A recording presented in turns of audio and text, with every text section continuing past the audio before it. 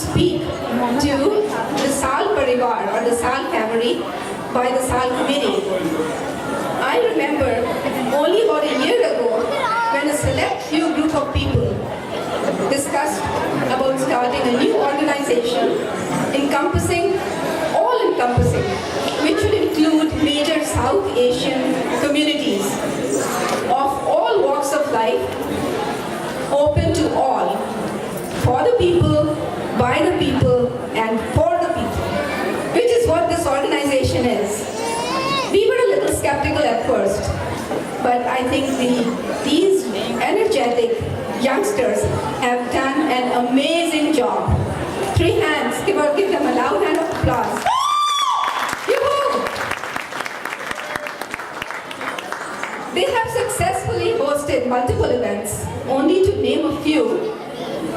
The colorful garbas, picnics, sumptuous food, hot from the oven and hot from the corn on the cob and the pakoras, which were wonderful. And of course, the colorful Holi. I'll never forget the Holi because I have enjoyed Holi so much over the last 25 years in Lancaster. So that was really wonderful. And then of course, medical seminars. They want to keep us all healthy.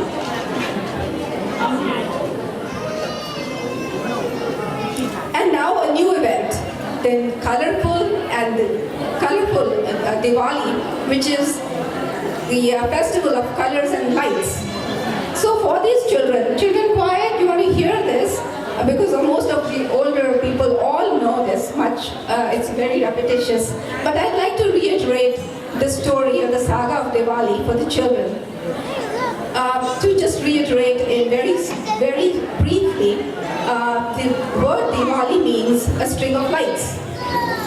And the traditional story goes back thousands of years in northern India, in a small town called Ayodhya, where there was a king Dashrath, and he lived with his 3 wives and 4 children. His 4 sons, the oldest one was Ram, and so therefore he was the crown prince to be crowned the prince soon. As the mythology goes, his stepmother was jealous and asked for 2 boons which she had been promised by her husband several years ago during a war. The first boon was to get an exile for Ram for 14 years, and number 2 was to make her son Bharat the king.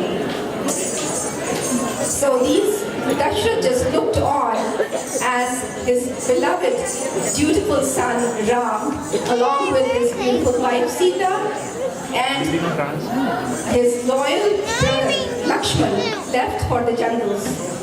14 long years they went, and they were in the jungles, serving the hermits and the munis who did prayers there. They walked barefoot, and they slept on beds of hay. So during these 14 years, they killed a lot of demons. Then one time, it was almost in the end, that another demon king, Ravan, saw Sita, fell in love with her, and carried her away on his aerial chariot to Lanka.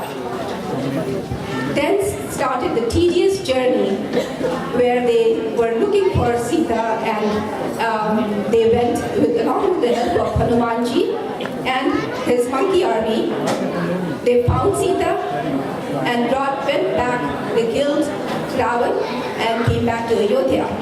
So this is a very brief synopsis. I don't want to take your time. I know everybody wants to get on with the show, and which is going to be very, very wonderful, I hear. And of course, after that, the delicious food. But this Diwali is therefore celebrated on the day that they came back to Ayodhya. It was a moonless night. It was a night of Amavas.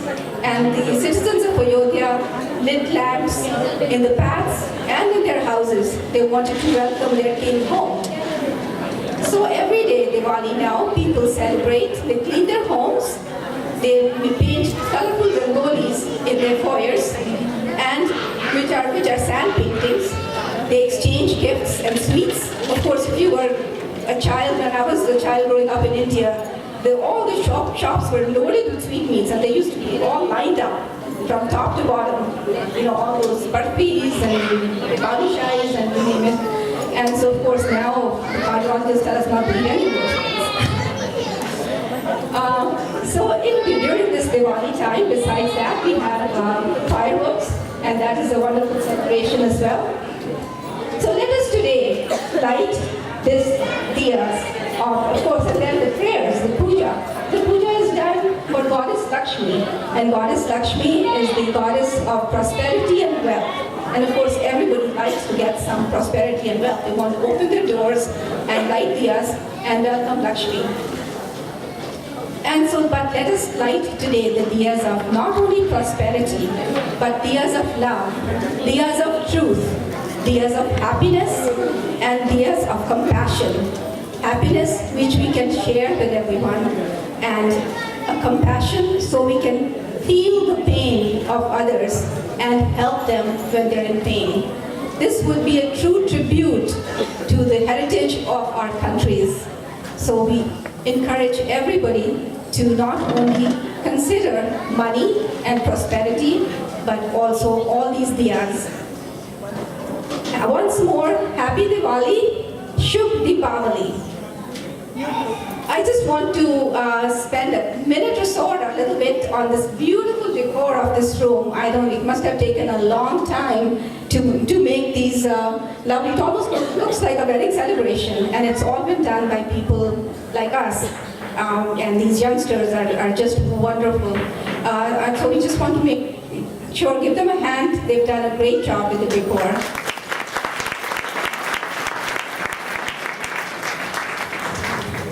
Our first performance of the evening is a prayer song, Deva Devam Bhaje. This composition is in Sanskrit, and it is by Annamacharya and is in Hindolam, Prague. Sorry if I'm pronouncing anything incorrectly.